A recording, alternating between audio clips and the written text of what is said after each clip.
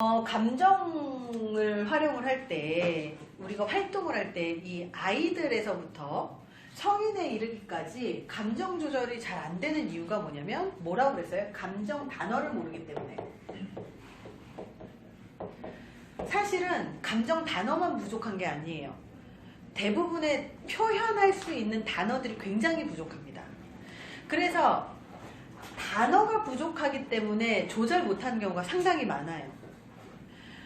이것들이 인간의 언어 능력하고 관련이 되게 많이 있습니다. 인간이 언어라고 하는 것들이 문화하고도 연결되고 다 연결이 돼 있는데, 이 두뇌가 발달하는 것도 뭐와 연결이 많이 돼 있다? 언어와 연결이 많이 돼 있다. 그래서 아까도 이제 말씀드렸습니다. 아무리 영아라고 할지라도 성인의 말을 알아들을까요? 못 알아들을까요? 알아듣습니다. 뭘로 알아들을까요? 단어로 알아들을까요? 비언어적인 표정, 말투, 어감 이런 걸로 다 알아들어요. 그래서 얼굴 표정이라든지 이런 걸로 다 알아듣기 때문에 소리를 굳이 크게 내서 막 소리를 지를 필요가 없다는 뜻이에요. 맑게 다 알아듣습니다. 이 영아 같은 경우도 아까도 얘기했듯이 성인의 언어대로 단어를 표현을 하면 뇌가 더 빨리 발달한다고 그랬죠? 이런 것처럼 이 지적인 구조가 그렇게 발달하는 것처럼 감정도 같이 그렇게 발달해야 돼요. 감정도 같이 발달을 해야 그 아이가 감정 조절력도 되게 높아지고, 그리고 이 감정 조절력을 통해서 이 관계 능력도 굉장히 높아지고, 그리고 공감 능력도 높아지는 겁니다. 이 단어를 알게 하기 위해서 도구들이 또 필요합니다. 성인도 잘 모르는 게 이 단어들이에요. 어떤 느낌이었어요? 그럼 좋았어요? 화났어요? 슬펐어요? 짜증났어요? 몇 단어 안 씁니다. 이 몇 단어 안 쓴다는 건 뭐냐면 많이 사용 안 한다는 거예요. 많이 사용 안 할수록 어떻게 된다? 내 감정도 느끼지 못하고, 내 감정을 느끼지 못하면 어떤다?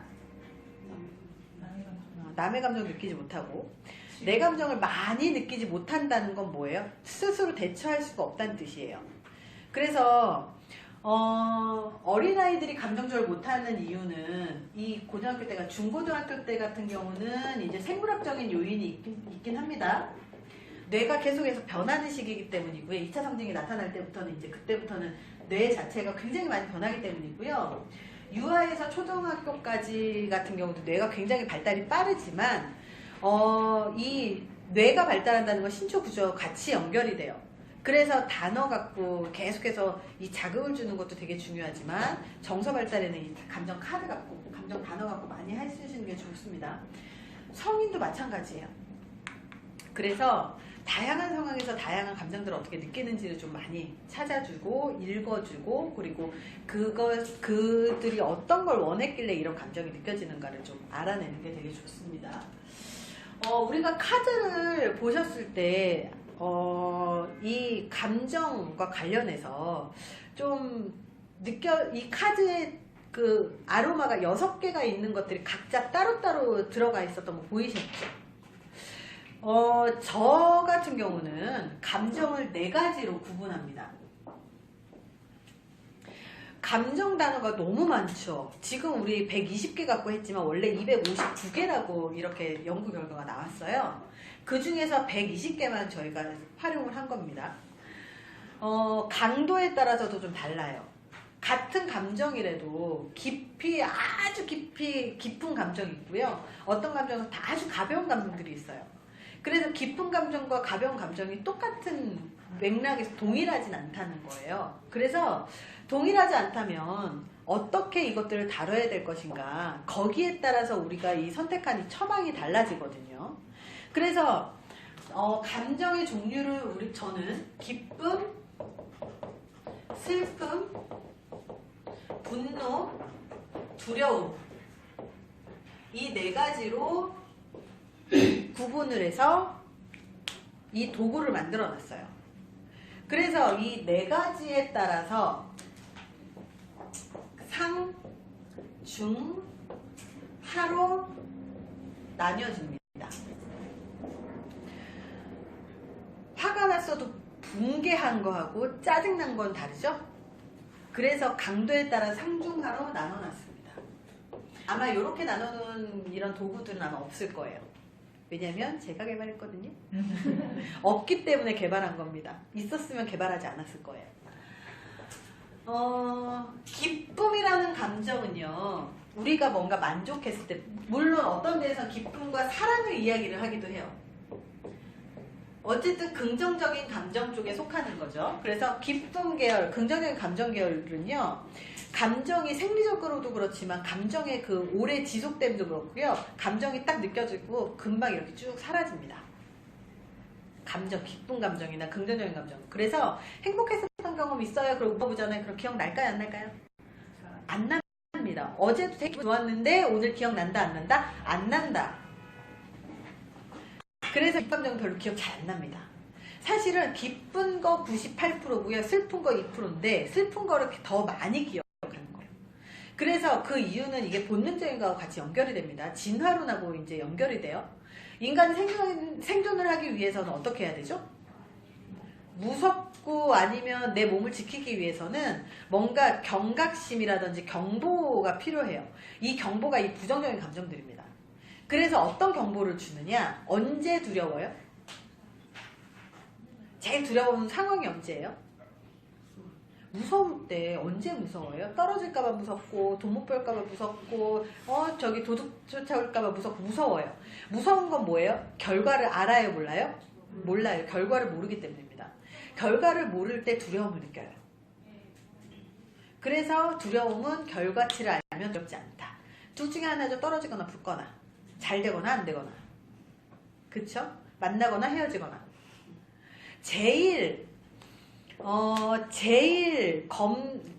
무서운 사람이 어떤 사람인지 알아요? 잃을 게 없는 사람입니다. 어차피 결과물은 뻔해요. 어차피 이거를 안 해도 잃고, 어차피 잃을 게 없고, 내가 열심히 해도 어차피 잃을 게 없어요. 그러면 열심히 하는 것밖에 답이 없잖아요. 그래서 제일 무서운 사람이 잃을 게 없는 사람입니다. 잃을 게 많은 사람들은 무섭죠. 뭐 하면 무섭고 저러면 무섭고. 그래서 두려움이라는 게 그래요. 그 결과물에서 내가 선택이 불가능하지만 그 결과물을 모를 때 무섭습니다. 그래서 모르는 사람이 막 쫓아왔을 때 왜 무서워요? 저 사람은 모르는 사람이니까. 아는 사람이면 안 무서워요. 그래서 두려움은 뭔가 위험한 상황을 피할 수 있게 만들어주고요. 슬픔이라는 거는 언제 슬프죠? 헤어졌을 때, 다시 못 만났을 때. 그쵸? 그렇게 슬프면 완전히 잃어버렸거나 잊혀졌거나 헤어졌거나 다시 못 만나거나 이럴 때 되게 슬픕니다. 슬픔은 기능은 알 수 없지만 이 눈물을 흘리지 않으면 몸이 아프다라는 연구 결과가 있어요. 그래서 울어야 된다는 뜻이에요. 슬픈 일을 겪었을 땐 울어야 된다는 뜻입니다. 이렇게 활동을 좀 하고 나잖아요. 그러면 되게 힘든 일을 겪으신 분들은 울어요. 조금만 깊이 이 활동을 들어가거나 상담을 진행하면요, 펑펑 울어요. 엄청 많이 울죠. 그래서 운다는 건 옆에서 우는 사람 있으면 울어 이렇게 얘기를 해주는 이유가 딴 게 아니에요. 많이 울어야 이것들이 해소가 되기 때문입니다. 근데 슬픔이 2주 이상 지속되고 슬프면 무기력도 함께 오거든요. 무기력감이 2주 이상 함께 오잖아요. 그럼 이걸 우울증이라고 진단합니다. 우리가 생각하는 그 우울증이요, 되게 슬프고 힘들고만 우울증이 아니에요. 그냥 가만히 있어도 눈물 나고요, 가만히 있어도 아무것도 하기 싫고 막 이래요. 뭘 해도 기쁘지 않아요. 좌절감 이론이라고 합니다. 우울증에서. 우울증을 유발하는 되게 여러 가지 이유가 있지만 그것들 중에 우울증을 직방으로 해결하는 게 뭐냐면 호르몬 요법. 저기 병원 가가지고 약 받아갖고 오면 호르몬이 변화되면서 바로 우울증에서 탈출해요. 요것도 지금 호르몬 연결돼야 안 돼요? 되죠? 그러면 우울증에도 효과 있다 없다? 있다. 그래서 호르몬에 직접 영향을 줄 수 있다면 이런 것들은 치료 기법들이 분명히 있는 겁니다. 심리치료는 오래 걸려요. 오래 걸려요. 많이 들어주고 하지만 요거는 바로 처방도 가능합니다. 분노. 왜 우리 툭하면 욱할까? 분노. 예. 언제 화날까요? 내 권리를 빼앗겼을 때. 반드시 해야 되는 걸 안 했을 때. 이럴 때 분노감을 느껴요. 그래서 분노는 내 권리를 지키기 위해서 화가 나는 건데 사람들은 내 권리가 아닌 걸 내 권리라고 착각하는 경우도 많죠. 그래서 내 권리가 아닌 것들도 인지시켜줘야 되는 경우도 많아요. 무조건 화가 났으니까 내 권리야 이렇게 해서 맞지 않는 논리죠. 그래서 이제 감정노동이 자꾸 생긴 이유는 바로 이런 사람들 때문에 감정노동이 생기는 거예요. 분명히 권리가 아니고 그들이 가져갈 수 있는 것들이 아닌데 자꾸 주장하잖아요.